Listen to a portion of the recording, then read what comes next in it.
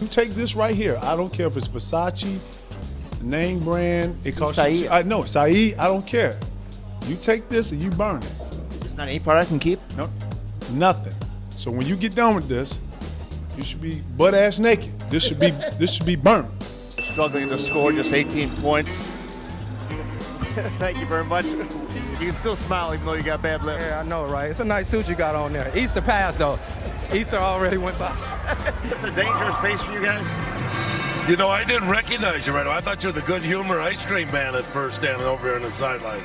Aquaman, fighting crime by day and entertaining and interviewing athletes and coaches by night. Who are you wearing? That's not Celtic green. Hey, look, straight up. You can't just grab something from the 1970s and try to bring it back. Tonight, we honor Craig, a man of courage and loyalty, with a hell of a team behind him. Ladies and gentlemen, the recipient of the Jimmy V Award for Perseverance, Craig Sager.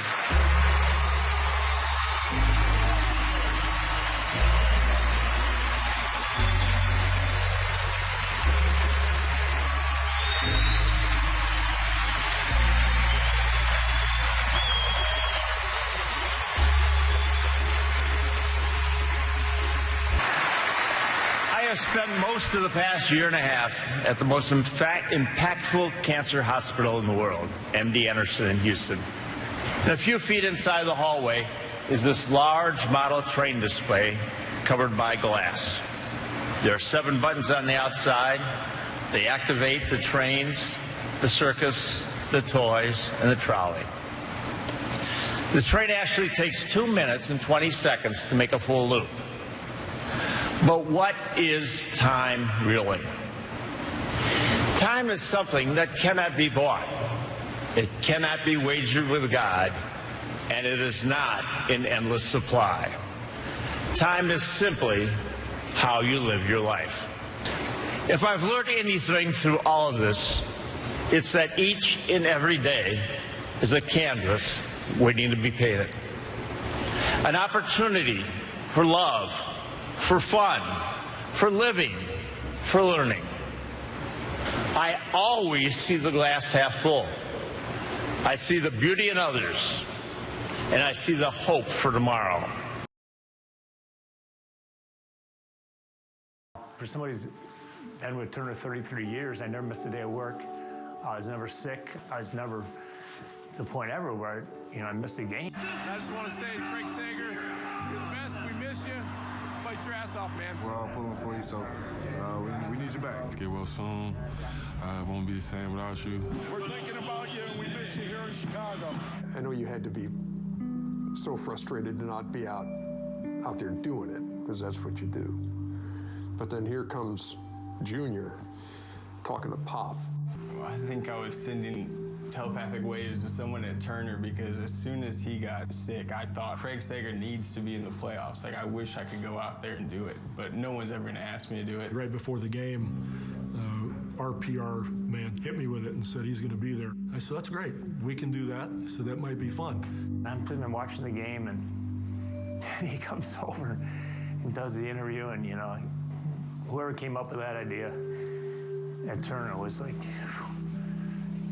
tears streaming down my face. And How would you assess your team's performance so far? Decent, not very good in some ways, but Dallas has done a good job defensively.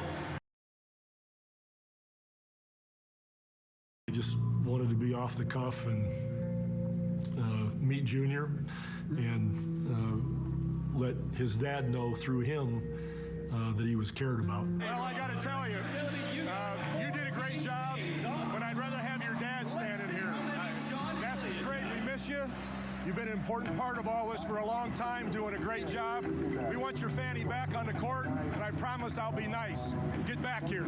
Good luck. he wrote this heartfelt note to me about me being strong and fighting and, you know, part of his team. And it was like, oh, geez, this was unbelievable. I wanted Craig to know there were people thinking about him. You know, I'm not the only guy. There are a whole lot of people that really, love this guy and respect this guy. Anything for Seg, man, he knows that. I sent my regards to him and anything he needed and anything that I can do, obviously from my family to his. Craig is one of those guys, sort of like a Michael Jordan, a Magic Johnson, Larry Bird. It'll never be another guy like him. And, when you talk about the TNT brand, he's definitely a part of that brand. Me and him had some great interviews. So, Craig, thank you. We knew you were a fighter.